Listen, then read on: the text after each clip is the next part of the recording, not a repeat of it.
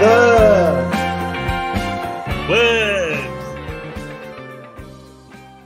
Podcast.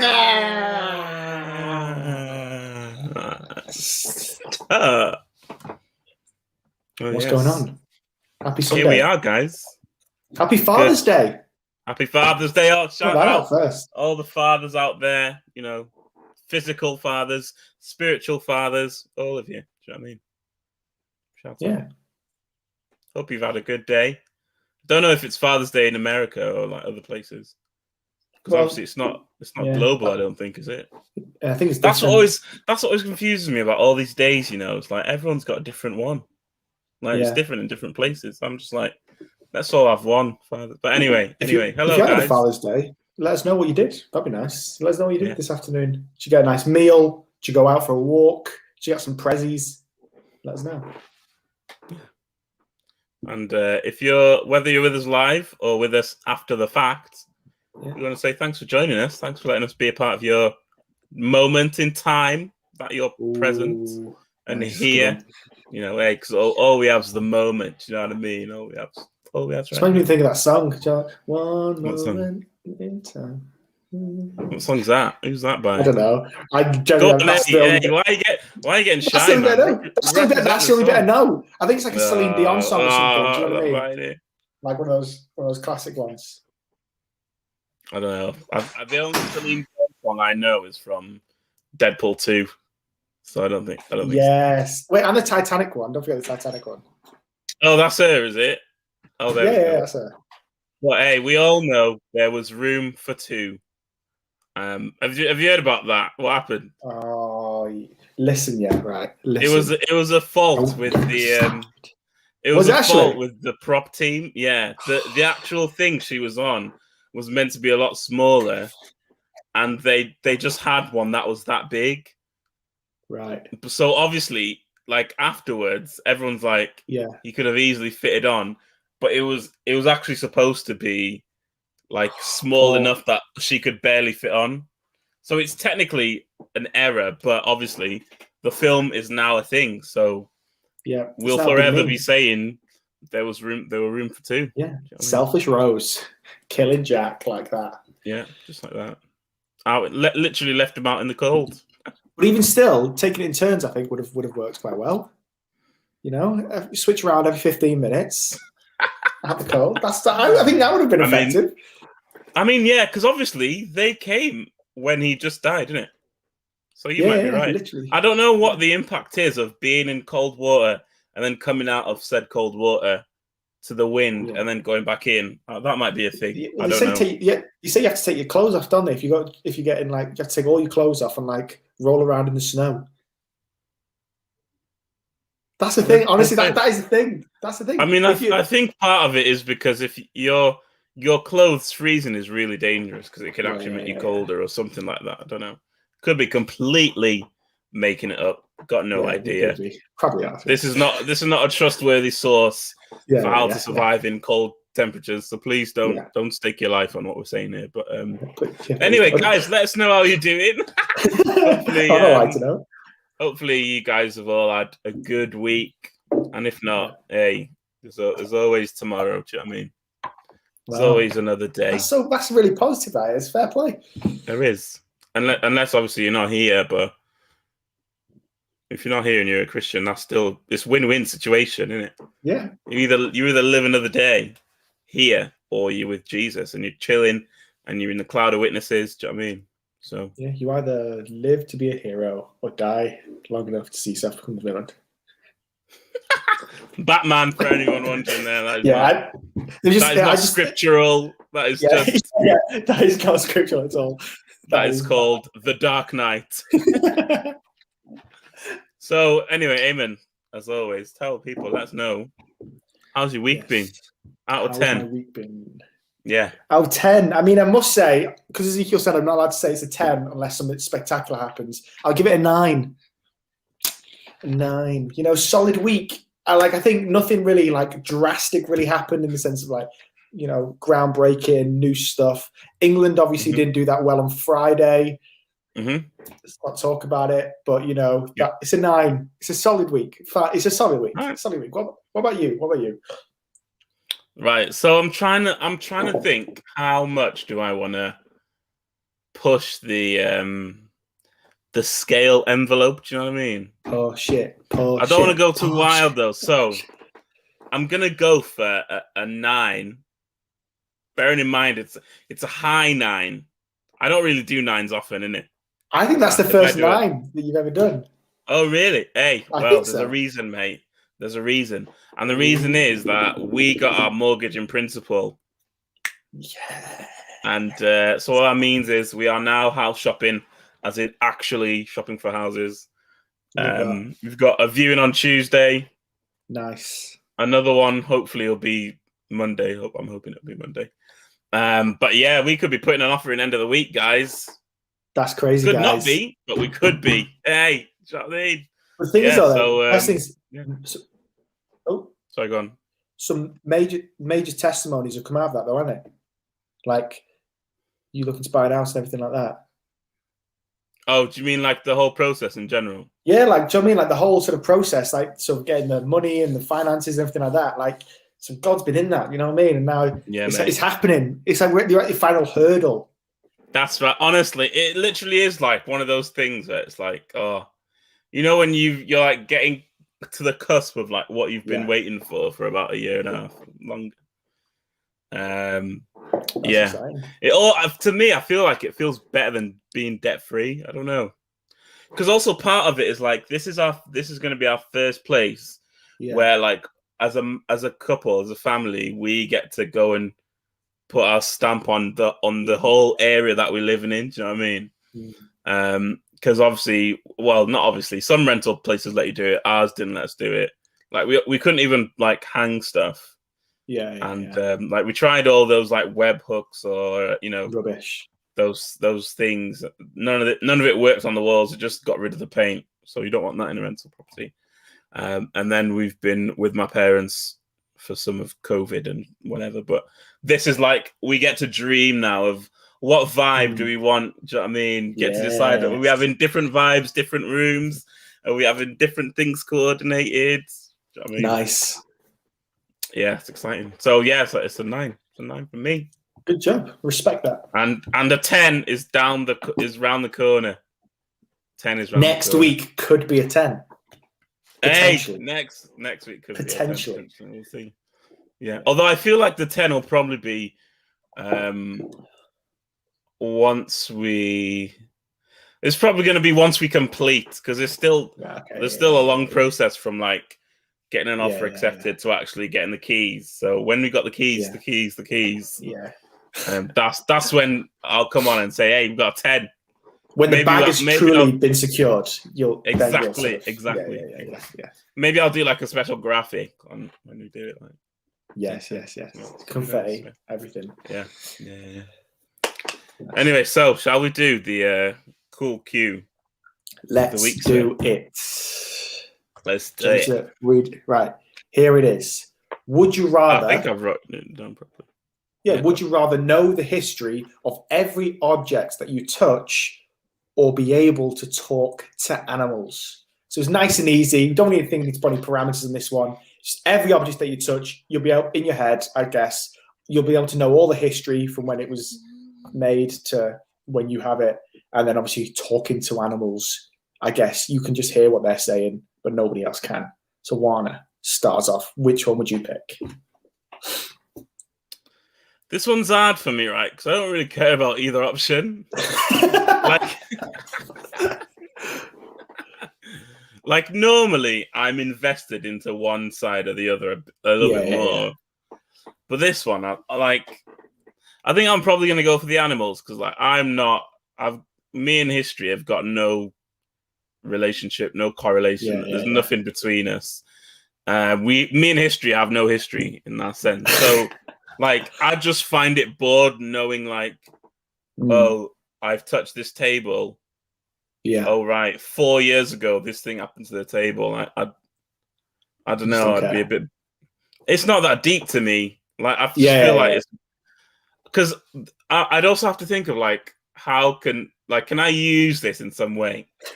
Yeah. And I'd just be like, hey, come and I'll tell you what happened to your wallet 7 years ago. Well, you don't really have a wallet for 7. Some people do, but I don't know. I feel like animals. There's like it can like somehow it can work better. Do you know what I mean? But I'm not that fussed by animals either. So I just like we've got annoying birds above our room, like in the roof area. And you're not allowed to get rid of birds technically if they've settled there. So I guess I'd just tell them to shove off, leave us alone. Get out! You've been evicted. Yeah. What about you? For me, right, I mean, all I'm seeing in the comments is a lot of talk to animals. Everyone's doing talk to animals. But I'm the other way around. 100% history all day, every single day. Yeah, I knew it. But listen, can read you like a history book, mate. Like, I'm not thinking ordinary, mundane objects. I'm thinking the big stuff. I'll be the greatest archaeologist that's ever lived. Listen, yeah. Yeah, but you have to find, if you're an archaeologist, you have to find the stuff, though. But the thing is, though, once people understand that I can actually know the history, I'm getting calls left, right, and centre. Be like, hey, can you come down here so you can look at this sword that we've just found in the ground and tell us who had it, who made it, what's been going on, why is it here? You know, that's the thing about history is that you can only piece together certain things based on what's there. Whereas I'd be able to say, this is exactly who had it. This is exactly where it came from. So, you know, and then I could just debunk loads of stuff. Do you know those people who think they got like the Jesus stuff, you know, the crown of thorns, and that, debunk it. It's like, that's not it. You know, like that sort of stuff, as well as... Is that a thing? Is that a thing people say? Oh. Yeah. How would a crown of thorns last this long? Well, I don't know. Like, it's in like some special glass case now. I think it's in Notre Dame because when the fire went off, yeah, apparently there's pieces of the cross everywhere. Some people believe they have the blood, the actual blood. Like, it's mental. That's what I'm saying. Like, so... Sorry, the wood's not lasting that long, guys. Let's be real. Do you know what I mean? That's the thing. But then, like, even like the Shroud of Turin, that big sort of sheet with the face on it that people say looks like Jesus or whatever. Like, I'd just be able to say, just for once and for all, stop the speculation. But like, this is it. This isn't it. But then even just in normal stuff, just be like, here's what it's about. Oh, hey, fair. See, like, to me, I've got like less than 0% interest in any of that. Do you know what I mean? Yeah. Whereas for you, you've got quite a high amount of interest. That's the thing. Yeah. So I'm more than happy for you to have all the share of that history part. I'm like, even like buildings and stuff like that, I'd be able to like go, this is what's be sick. Yeah, go for it, man. Yeah. Cheers, man. More power to you. You can start like you can start a history agency or something like that. I mean, like, or have my own TV show. See, I'm thinking. Yeah. Hey, Disney Plus will put you on for something like that. Disney, they would. Yeah. Make it accessible for kids, and they'll be all over that. There'll be a massive bidding war for me. There we go. Nailed it. We've got. I think most people are saying, talk to animals. I think we don't have one other person that's on my side, but that's fine. I'll take it for myself. It's all good. I'm happy to be the only person. Dad's saying maybe history. I don't know. That doesn't sound convincing. Yeah, but he says talking to animals, definite, but then maybe history. Sort of, it's like 90% talking to animals, 10% history. That's how I'm interpreting what Ezekiel's saying there. Are you sure? He's saying talking to animals. I have that superpower already. Maybe but talking to animals. Yeah, I mean, So I think he means the way that he feels he communicates with animals now is pretty close to that level. Well, I'll tell you something. That's how anyway. He has a gift for Sandy. Sandy, my dog, right? If you don't know, he's mental. She creates all over the place. But Ezekiel somehow has this gift, right? Where like Sandy just listens to everything he says and like just sort of sits there like next to his feet. Do you know what I mean? It's honestly it's the weirdest thing in my life. Sometimes when he's in the house, I'm sometimes just watching, just like, how is this even possible? Yeah. So I mean, I guess maybe he does have that. I didn't know that. There we go. So that's why he said it then. So yeah. So it's you and him against the history world. Against the world. Come on. It'd be a good tag team, that, wouldn't it? It would, yeah. Right. Anyway, moving on to the matter at hand. The meat and potatoes. the meat and potatoes, because we've got a big week today. I mean, every week's a big week, really. Some good topics. If you don't know, this is your first time you're new here. We took a list of topics from all our followers, things that they wanted to hear about, and over the last couple of weeks or months, really, at this point, we've been going through them week by week, taking in turns to pick a topic. Oh, yeah. And this week, we're going to be looking at mental health. So before we even go into anything, disclaimer. This is important to say, and I didn't even think of this until Warner mentioned it before. Me and Warner are not professionals, not trained, don't have a degree in this, don't work in this area. You know, obviously, if you're struggling with mental health, seek advice, go to whoever you need to go to, you know, get professional help, because that is important. You know, even as Christians, a lot of Christians just say, no, we don't need to, I've got Jesus. As we learned, or was it last week, Warner, when you were talking, or the week before, talking about, you know, that going to seek professional help and things like that is important, going to the hospital, whatever. So please, if you are struggling, you know, we're not professionals, but all I'm here to do today is basically just give some practical tools that have helped me in sort of dealing with mental health and overcoming it and things like that. But ultimately, always get professional help, because we're not experts. Anything else you want to say on that, Warner? Yeah, mental health isn't bad. It's just like physical health. You can have good physical health, you can have okay physical health, and bad physical health. Mental health is the same thing. And so just how we're encouraged to look after our bodies and, you know, make sure you have a balanced diet, get enough exercise. Similarly, we have to take care of our mental health in that same way. And we'll probably be looking at things that are looking at bad mental health, or not bad, but you know what I mean, like adverse mental health as opposed to positive. But it's all spectrum. Do you know what I mean? Yeah, it's all about the health of your mind. Big boy stuff, that. Exactly. So the thing is, I think one of the reasons why sort of I sort of wanted to tackle this is because it's one of the sort of the bigger issues of our day. Like in modern society, is a big issue talking about mental health and things like that. You know, there are whole campaigns that are going on, like especially in like football. If you ever watch the Euros, you know, there's always adverts from BT and from BBC and things like that talking about like we need to talk more about mental health and things that we're going through, especially in guys. They're really pushing that people that men sort of talk to each other about mental health and things like that, because it is a big prevalent issue of our day. That's why it's important for us to speak into this. You know, the church should be speaking into the issues and the problems and of everything that's going on in our day. We shouldn't shy away from it. We shouldn't just sort of go, oh well, we're just here for our churchy sort of stuff. But that's the government's job. We should be speaking into these things, providing wisdom, providing sort of help and things like that. You know, so when there are issues going on, we should be the first ones to talk about that, and that's what we've been doing here in this podcast. You know, when we had that, when there was that tragic murder of that woman at the hands of that police officer, I think it was. You know, we spoke on the importance of women and things like that, because it's important to talk about these things, and mental health is one of those things to talk about. And I think it's important to know that, like I think mental health is not one. We talk a lot about physical health, don't we, in church? You know, if you've got a problem in your body, you know, don't worry about it, because Jesus can heal you. But ultimately, Jesus paid for physical and mental health. And you know, you do, as a Christian, you do not need to live with mental health. You don't need to sort of ride it through and things like that. And I think, you know, I've actually heard somebody. I remember one time I was on a train going back to university years and years ago, and the Lord spoke to me and said to me, just on this train randomly, just said, go and speak to this person and let them know that, text them and let them know that I want to heal them of their anxiety.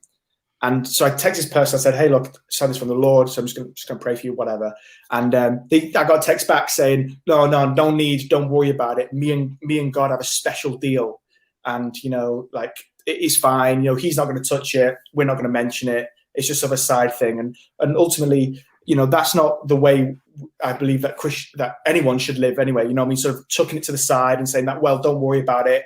I'll sort of just leave it. That's just sort of a part of me. But, you know, when I'm outside and things, that's fine. But it's something that we need to speak about. We need to be open about, you know, and even just with your friends and your family, you know, we do need to talk about these things. But as well as that, provide a biblical sort of understanding and basis of how this can help and things like that.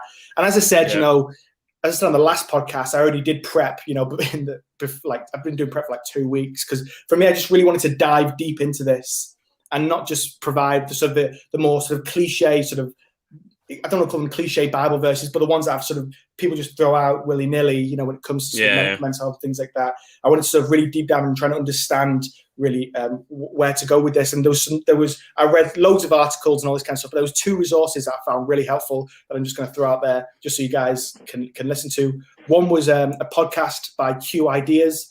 If you just type in Q Ideas on YouTube or any podcast platform, you'll find them. And they did a great sort of talk on mental health. I think it was like an hour and something long, and they were just deep dived into it really. Just a couple of people talking about it and their experiences and looking at it from different perspectives and how the church should respond, which I found really helpful. And number 2 was a book, and I've got it here. It says "Learning to Breathe: My Journey with Mental Illness" by Rachel Newham. And this is a Christian lady who struggled with mental health since a teenager, and it's basically her experience and her journey of going through teenage life and through university and through your early 20s and whatnot, and how struggling with depression, self-harm and those sorts of things, and how she's really coped and things like that, but how the Lord's really helped her through this and how church has really helped her through this. Really recommend this book. It was honestly fantastic. I literally read this in about, I think it was like 24 hours. In the space of 24 hours, I read the whole thing, because it was just really, really good, really, really helpful. So I recommend getting that on Amazon. But before we dive into, but you know, that's so good. Just to sort of and you guys will sort of already know some statistics that sort of go into mental health, things like that. But I'm just going to read some off just so we can just frame this for us and understand like what kind of an issue this is. And I just got these statistics from like some mental health charities online, their websites, but there are so many. I literally we'd probably spend like a good 45 minutes just reading off statistic after statistic, because there's so many. But, you know, just to read a few, it just says 1 in 4 will experience mental health in some kind each year in England. 1 in 4. Well, there's 8 people in watching this now live. Oh, well, and then those 2. So there's 10 altogether here. And so 1 in 4 of us, so that's literally about 2 and a bit of us, I mean, statistically would experience mental health in England. You know, 1 in 6 will report experiencing common mental health problems like anxiety and depression in any given week in England. I think that's, I think 1 in 6 will report. I think in a way that's kind of an encouraging that people are actually, they're actually getting help and they're actually sort of speaking about it and trying to report that they're sort of going through things, but it's still starting that 1 in 6 in any given week will report it. The amount of people with common mental health problems went up by 20% from 1993 to 2014 in both men and women. So we can see how this is sort of it's increased rapidly, the amount of people who are experiencing mental health, the amount of people who are reporting that they're struggling with mental health and things like that. And finally, 1 in 4 within the age bracket of 16 to 24 experience mental health problems. 1 in 4 in ages 16 to 24. I'm 24, so I'm on the back end of that. And but one in 4 out of people that I know, my friends or people that are younger than me, that 1 in 4, that is crazy. And I think that sounds pretty accurate. And it's crazy to think about, because we live in a crazy fast world nowadays, of just like really fast paced and a lot of pressure on people and things like that. It's becoming such a burden really on people and their mental health and things like that. And it's interesting that massive increase really came round about just as the internet was really becoming, the internet and home computers became more prevalent. Obviously, near the tail end of the 90s, and then really hits then in the like early 2000s, mid 2000s, and then obviously by the time we're in like 2010, it's just like life, isn't it? Yeah, it's crazy. And I think as well, you know, in the past year and a bit, obviously we've had this pandemic. If you haven't been around, there's a global pandemic going on, and it's quite. But you've been away for a long time. Hi, good to have you. There is a pandemic. You might be wondering why everyone's wearing masks. And, you know, there was actually this guy in America. Sorry, this is a little segue, but this guy, and he just lives out in the woods. He just lives off grid. No. And he comes every few months to get supplies. So he came to the shop, got supplies, and he obviously didn't have a mask or anything, didn't know about the pandemic. And they were like, sorry, you have to wear a mask to come in. He was like, why do I have to wear a mask?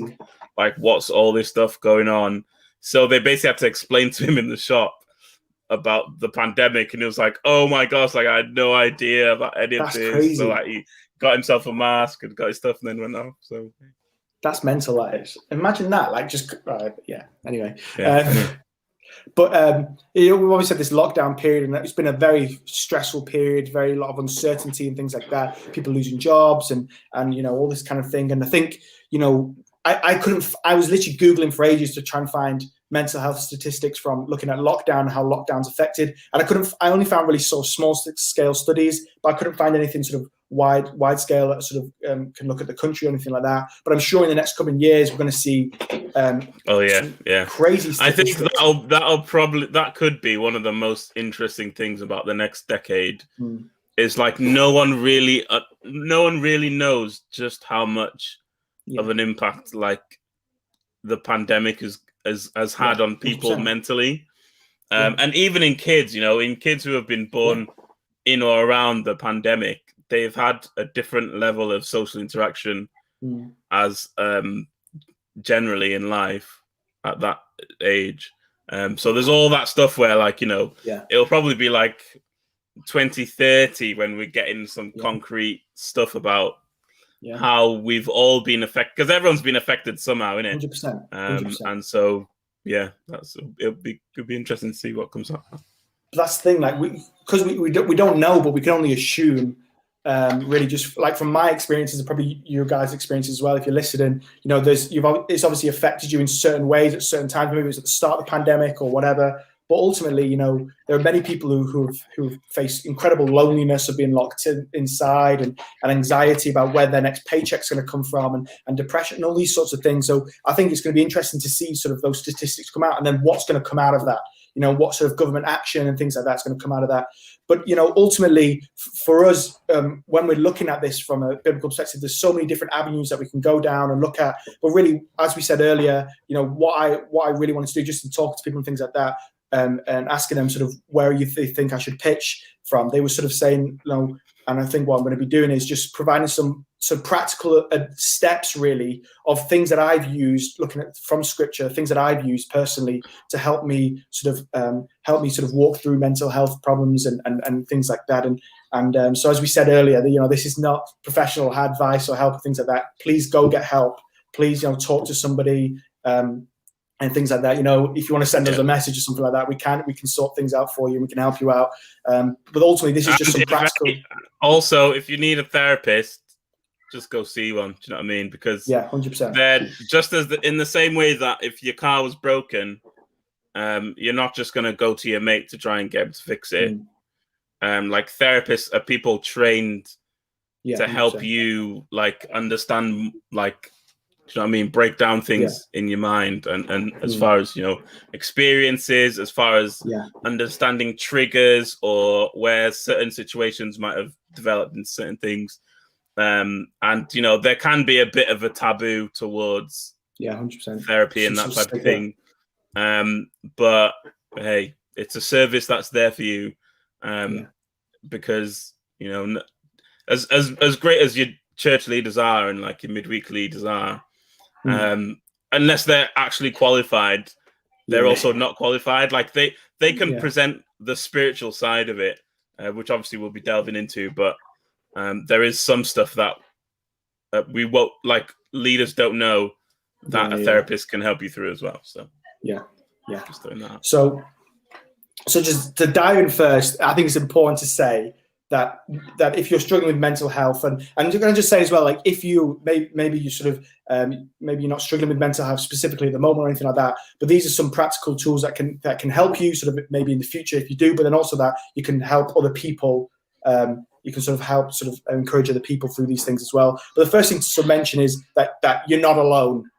That's important to start with. One of the things with mental health is that you feel like there is nobody else that's going through what I'm going through. There's no one else that understands what I'm going through. It's that like I just need to sort of lock this away because ultimately no one gets it. And no one can help me. This is just the way it is and things like that. And like that's one of the things in this book this lady mentioned is the fact that, you know, as a teenager especially, she felt like she was just alone, that nobody understood. Everyone else was living their lives, and no one else had what the issues that she had and things like that. But ultimately, one of the things is that you are not alone. Not just sort of in the sense that, like, you are not alone because your friends and your family, they're there to help, and there's systems put in place at therapists and other systems like that by the government which can help. But ultimately, the Lord is also with you. Yeah, that's important to understand. Is that a lot of people believe, and a lot of people say, I've literally heard in my preparation, I've heard sermons on this where people have said, you need to sort yourself out. This preacher said you need to sort yourself out and then come back to the Lord. I'm like, that doesn't help anyone. That's rubbish advice. Do not do that. That's literally the whole reason Jesus came, is so you don't have to sort yourself out first. You can go to him. Exactly. And that's the thing. So the Lord is with you. And there are many verses that we could pull out for this. So many. There was ample amount. But I picked this one in particular. And it's from Psalm 23. You guys would know it off by heart by now. It says, even though I walk through the darkest valley, or the valley of the shadow of death, I'll fear no evil, for you are with me. Your rod and your staff, they comfort me.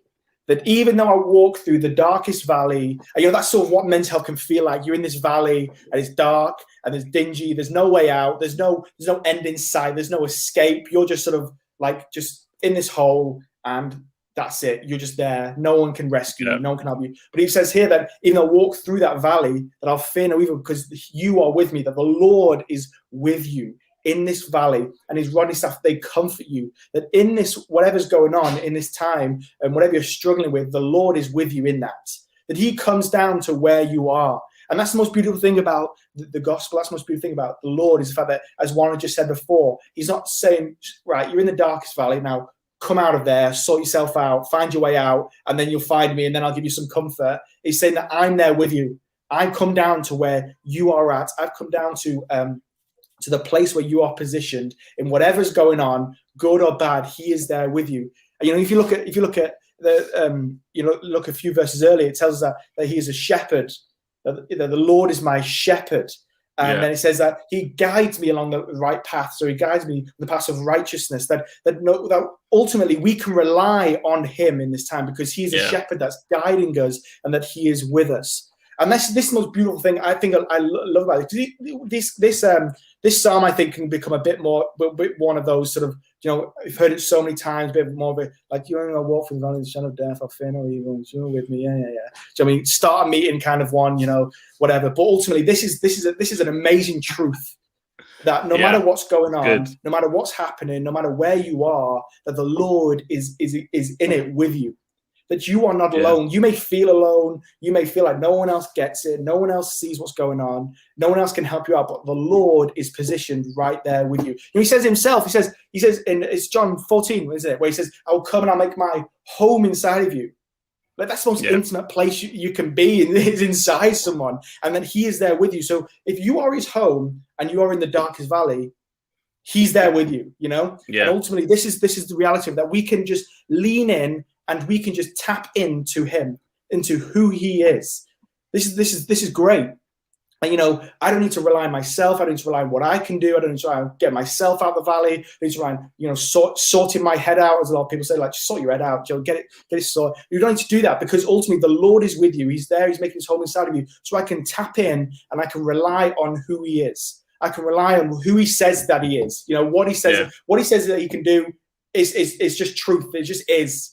You know, it's not that he can do it, he could do it. He just does it. You know, that's who he is. The Lord is good, and that he cares for his people. And he's with you no matter where you are. He says it in other places, you know, in Deuteronomy, and then quoted in Hebrews, where he says, I'll never leave you nor forsake you. Yeah. You know, he says it to Joshua.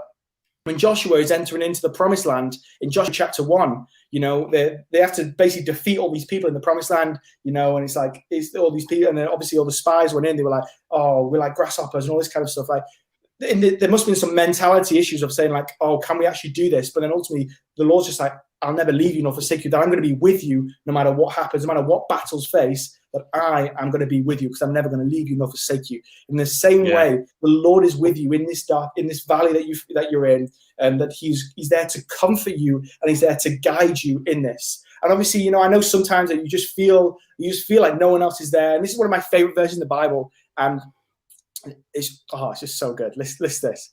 If we are faithless, he remains faithful, for he cannot disown himself. He cannot deny himself.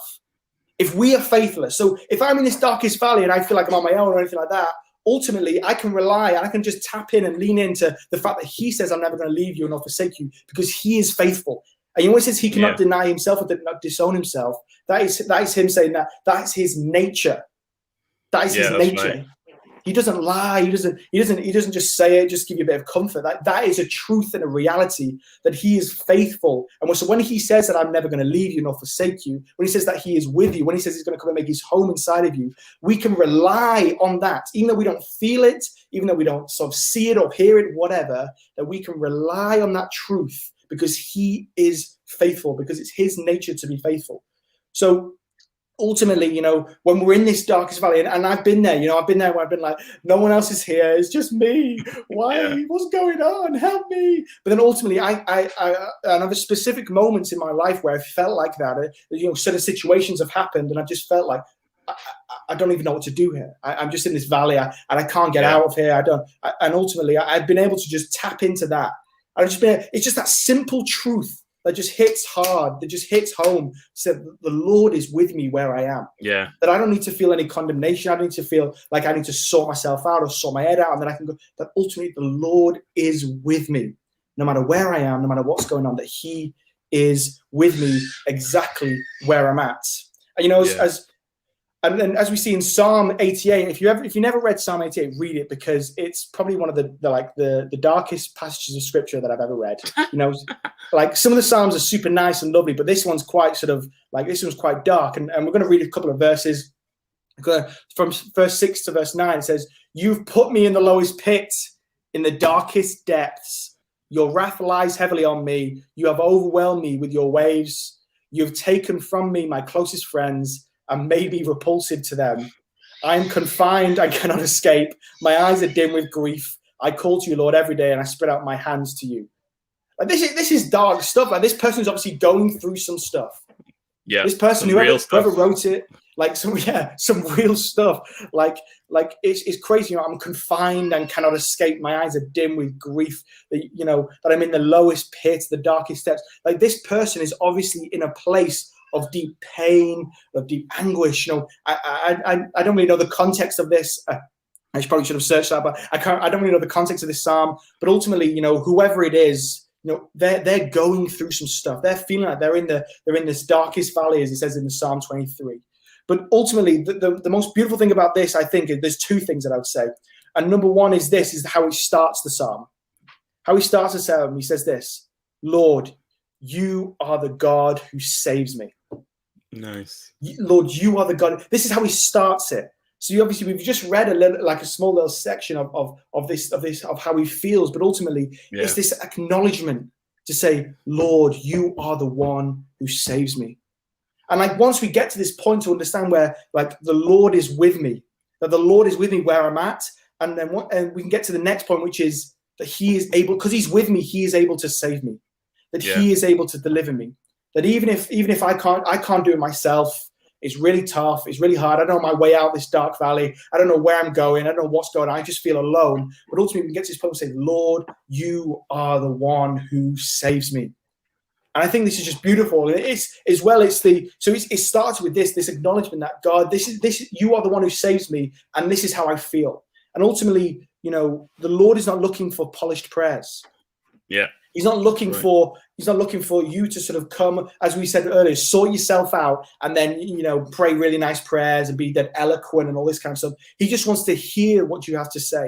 And obviously, as we see here, this guy, whoever this person is, is obviously really struggling. But they speak that out.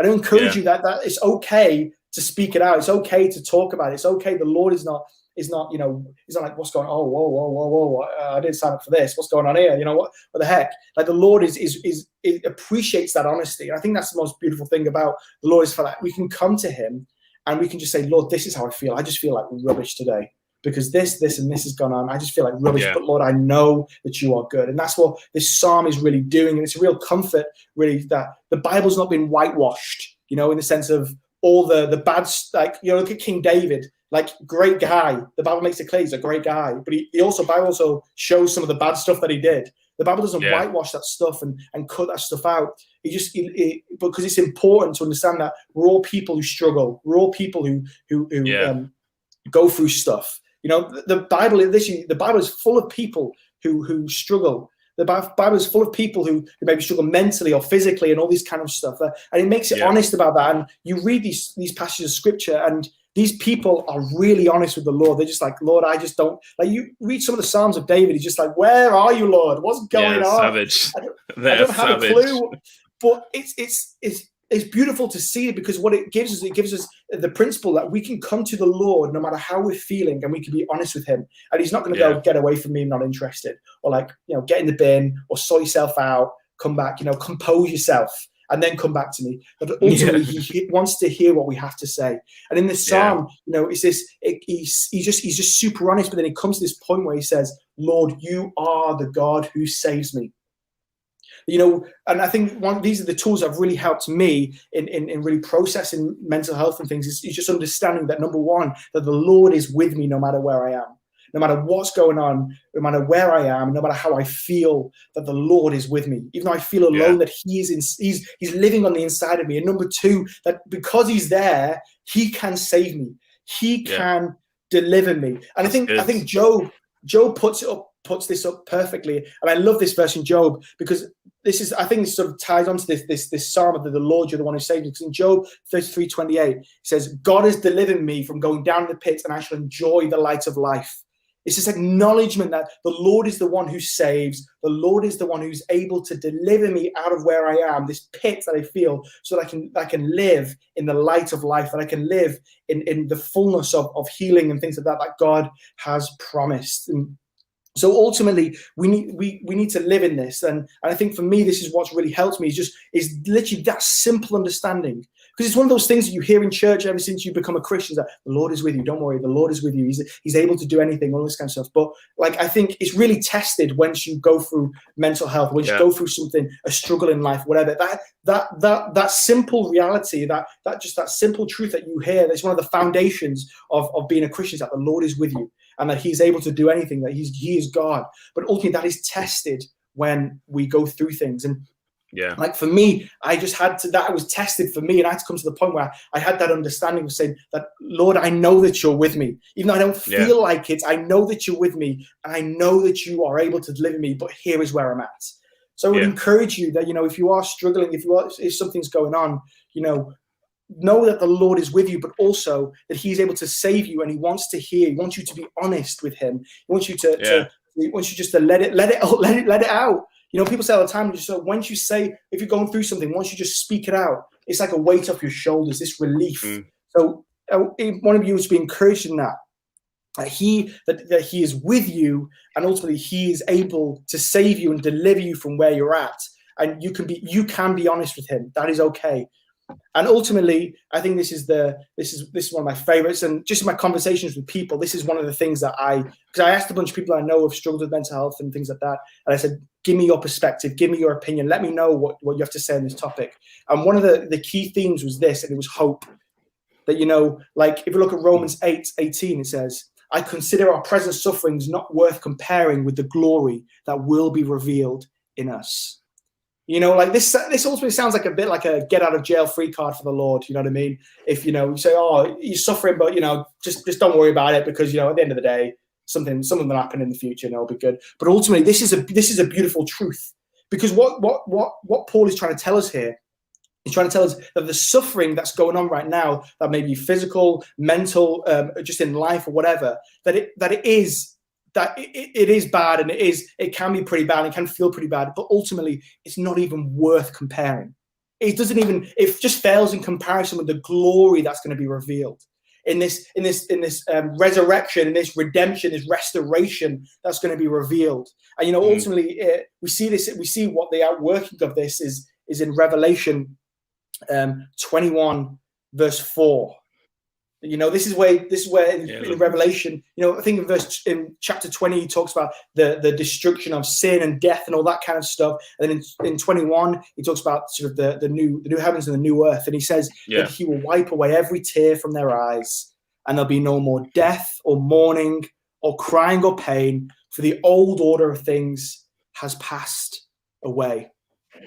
And it's living in that now and not yet. You know, that the fact that the Lord can deliver you right now, he can heal you right now, but ultimately that there is a greater glory that's going to come, and that there will be no more pain. There'll be no more crying, because all this stuff will just be passed away.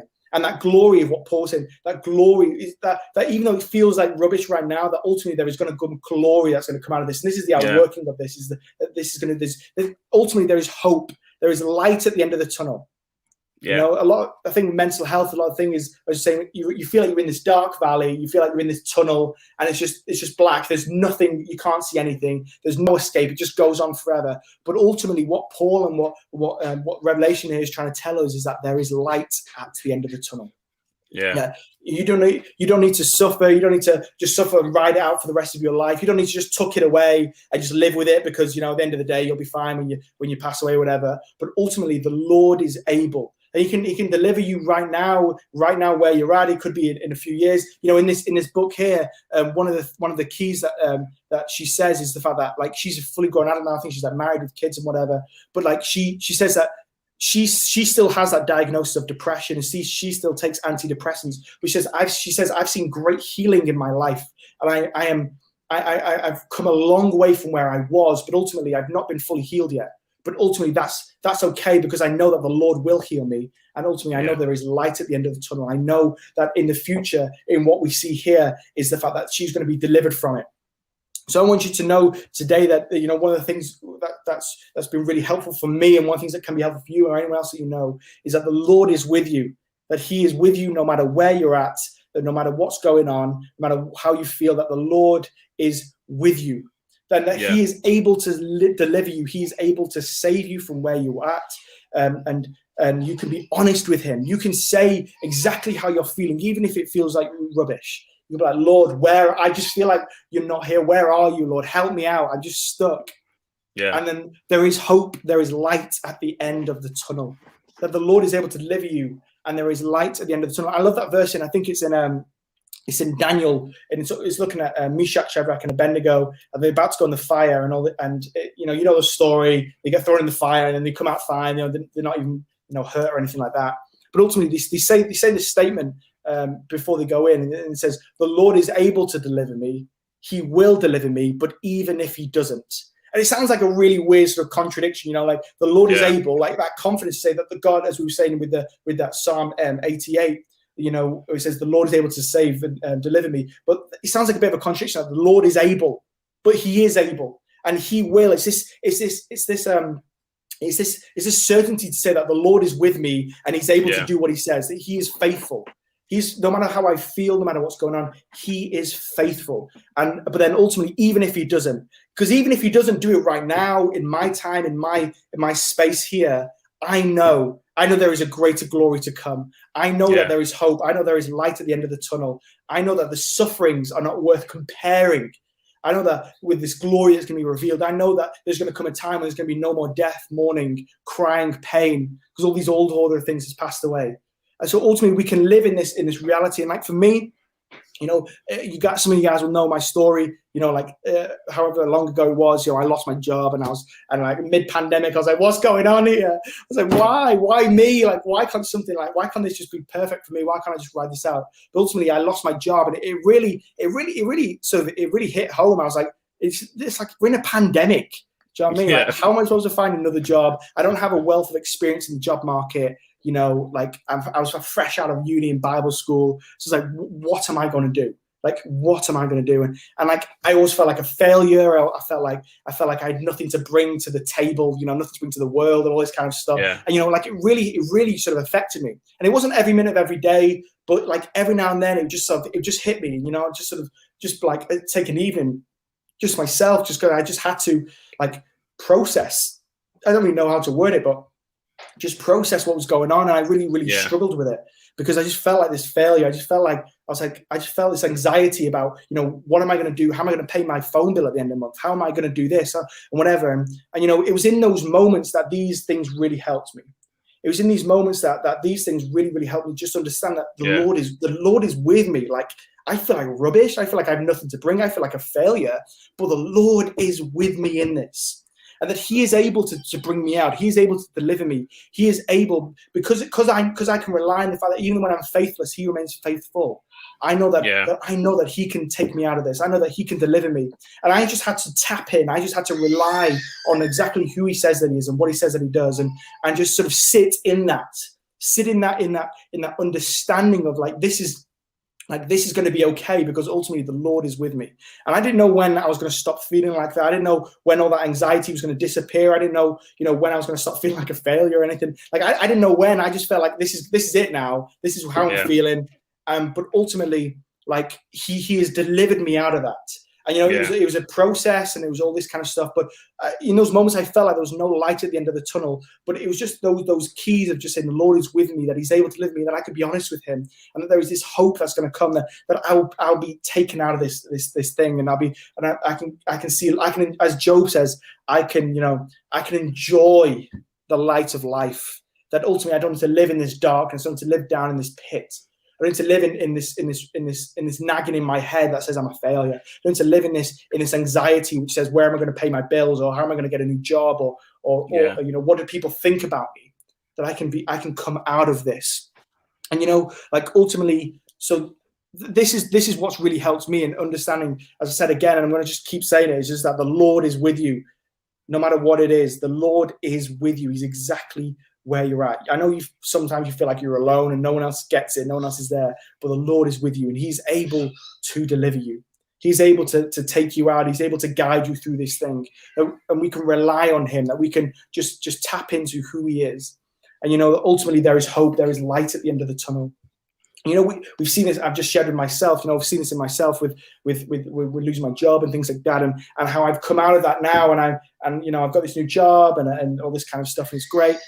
Enjoying it. Well, not even started yet, but I'm enjoying the fact I'm having one. But I'm just enjoying. But I'm living in this light of life because the Lord is taking me out of this, and just relying on who He is, relying upon His strength.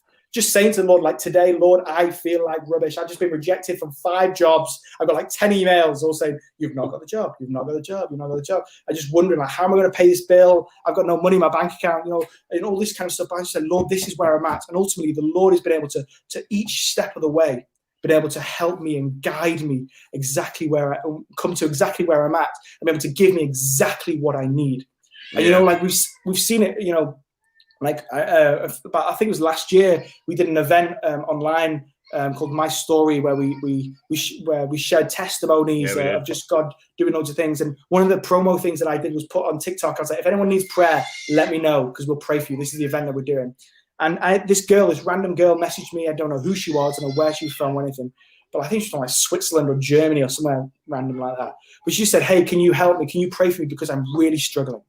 I have all these dark thoughts, and my mind is just clouded. I'm struggling to sleep. She said, I've got these dark and destructive thoughts going on. It's really just so plaguing my mind. Can you pray? So we just said a simple prayer, us in the team, and we said a simple prayer, and I got a text a few days later from this person, and they just said, hey, just want to let you know that ever since you guys prayed, I've been able to sleep all the way through the night and not be woken up. That I have clarity in my mind. Those dark and destructive thoughts have completely gone, and that she feels like she's just been taken out of exactly where she was. And testimonies like that are so encouraging to hear, that the Lord is able, that He is able to do this for me. And like for me, that event was going on. That event was going on literally in the middle of me feeling like exactly how I was feeling, as I mentioned before.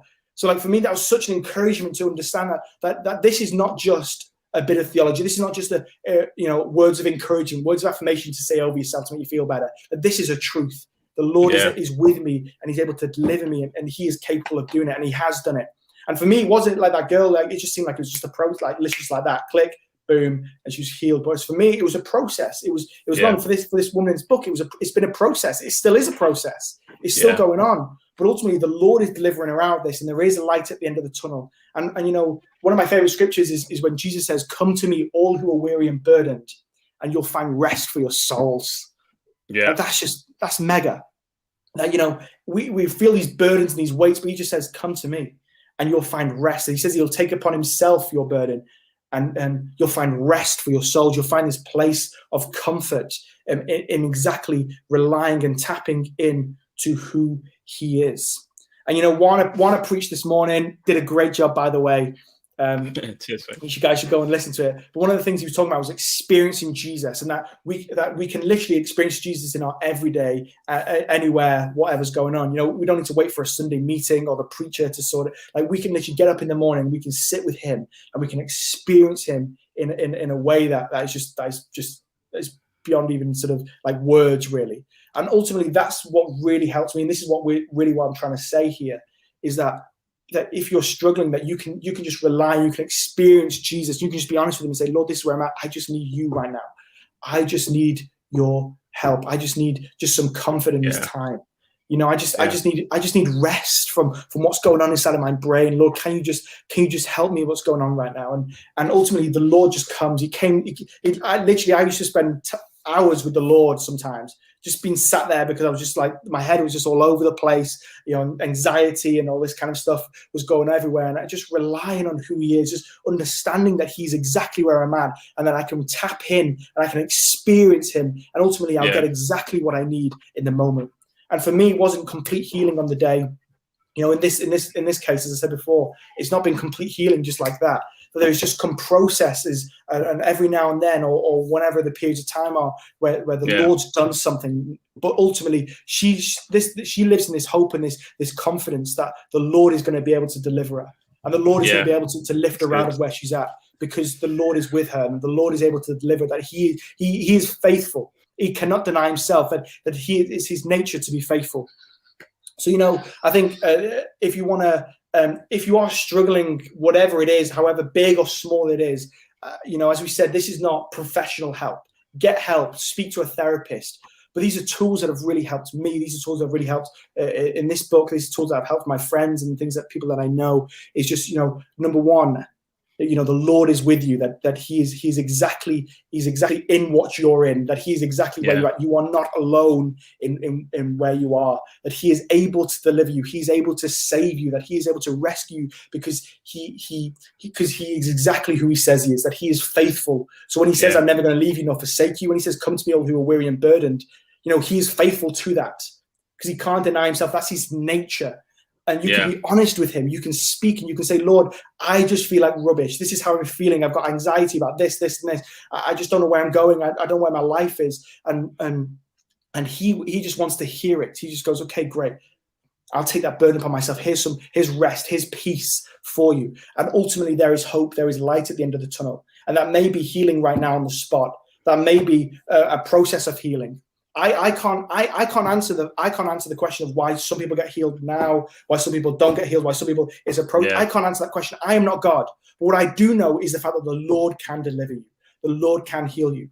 So that you can rely on Him, that you can come to Him, and it may be a process, it may be on the spot, but ultimately I live in that confidence that the Lord, there is this hope that the Lord will, and He is able to do it. Yeah. So I mean that's it for me. As I said, those are some tools that you can use yourself.